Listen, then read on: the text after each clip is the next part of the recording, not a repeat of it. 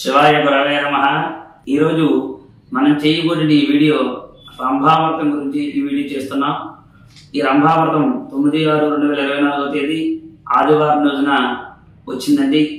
అయితే ఈ రంభావ్రతం అంటే రంభ అంటే అరటి చెట్టు అని, పార్వతీదేవి అని మనకు పురాణాల ద్వారా తెలుసుకున్నాం। అయితే ఈ యొక్క రంభావ్రతాన్ని భృగు మహర్షి ఆజ్ఞ మేరకు పార్వతీదేవి కూడా ఈ రంభావ్రతాన్ని ఆచరించింది అని మనకు పురాణాలు శాస్త్రాలు కూడా తెలియపరుస్తూ ఉన్నాయి। అయితే వివాహమైనటువంటి భార్యాభర్తలు గొడవలు పడటం కానీ, చికాకులతో ఉండడం కానీ, ఇబ్బందులు పడుతూ ఉండడం కానీ, లేదా వివాహం కాని స్త్రీలు ఈ యొక్క రంభావ్రతాన్ని చేయాలని ప్రధానంగా మనకు శాస్త్రాలు చెప్పబడుతున్నాయి।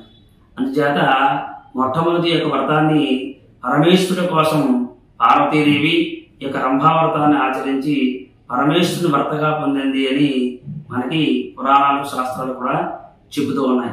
అందుచేత వివాహం కాని స్త్రీలు కానీ, అన్యోన్య తక్కువగా ఉన్న భార్యాభర్తలు కానీ ఈ యొక్క రంభావ్రతాన్ని తప్పక ఆచరించి తీరాలి।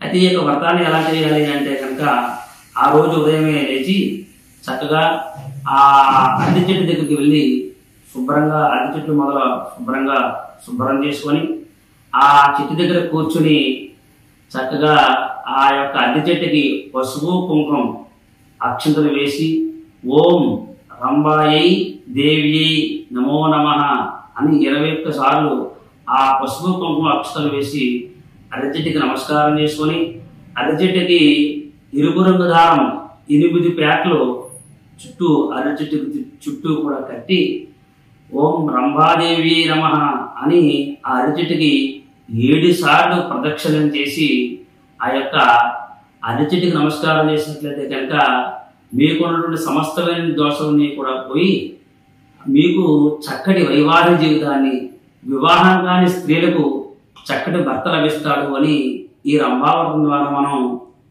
తీసుకున్నాం। అందుచేత ఈ రంభావ్రతం 9/6/2024 తేదీ ఆదివారం రోజున ఈ రంభావ్రతం వచ్చిందండి। అందుచేత అందరూ కూడా తప్పనిసరిగా ఉదయం వెళ్ళి అరటి చెట్టు దగ్గర పూజా కార్యక్రమం చేసుకొని ఆ పార్వతీదేవి యొక్క అనుగ్రహం పొంది చక్కటి వైవాహిక జీవితాన్ని, చక్కటి భర్తను లభిస్తాడు అని ఆ పరమేశ్వరుడిని ప్రార్థిస్తాం।